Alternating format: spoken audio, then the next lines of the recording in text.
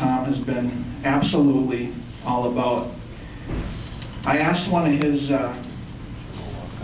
peers up in Ishpeming via Facebook if he could just give me a few comments about soda pop. And I won't say who it's from, maybe you'll guess, but he said that Tom was a much better jumper than he ever got credit for. He was too young to be part of the old guard up there, but was always a big part anyway. The Ishpeming Ski Club's record run of consecutive competitions would have ended many, many years ago without him.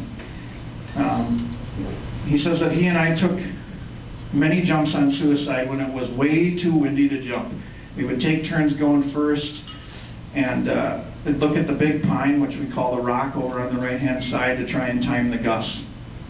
He was the worst guy to set track, and actually this is fitting that he says this because your feet were too close together. But you became known for something in the sport I'll get to in a minute, so we'll come back to that.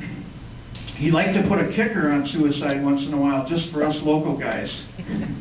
More fun than humans ought to have. He provided equipment for hill maintenance at his own expense, and he was usually the only one who could operate it. Some pretty scary machines. He was my student teacher in 8th grade. He didn't like it when I called him soda pop in school.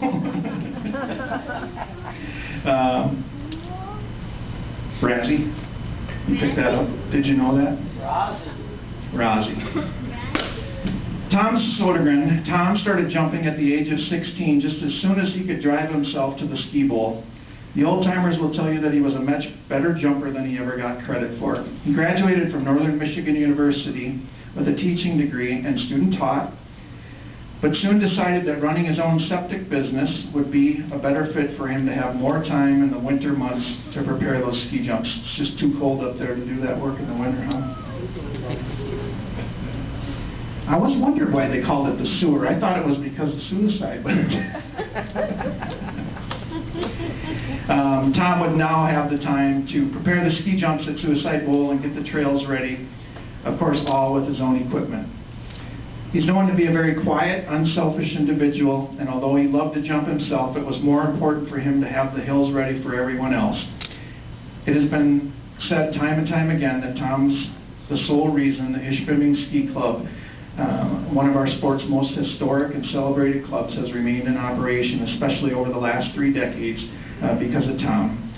He has the ability to make any young jumper feel welcome. He takes the time to learn the kids' names and share his love for the sport with them. Whether they become the worst of the jumpers or the best, Tom will always make them feel like champions. He was also the first to develop an automatic track setter. Is that because they picked on your track? No, he just said he actually didn't like Ed Brisson's technique, but I think it was Ed that first introduced. He said, Tom, we need to cut a track. But Tom was instrumental in developing the initial design that really changed ski jumping. I mean, we no longer set tracks, and he was the first to come up with this machine that could actually cut a track out of the hill. It is so great to have you, Tom, with us here tonight, traveling that route that skiers from both Ishpeming and Red Wing began to travel over 125 years ago. Congratulations on your induction into the American Ski Jumping Hall of Fame, so well deserved. Soda pop.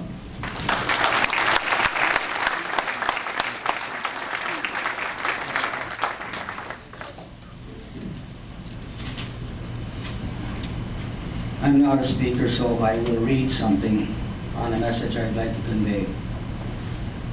Fellow ski jump enthusiasts and ski jump supporters, words cannot express how honored I am to be here tonight with those that share the same passion and commitment to the sport of ski jumping. Ski jumping can provide an activity for kids to take pride in.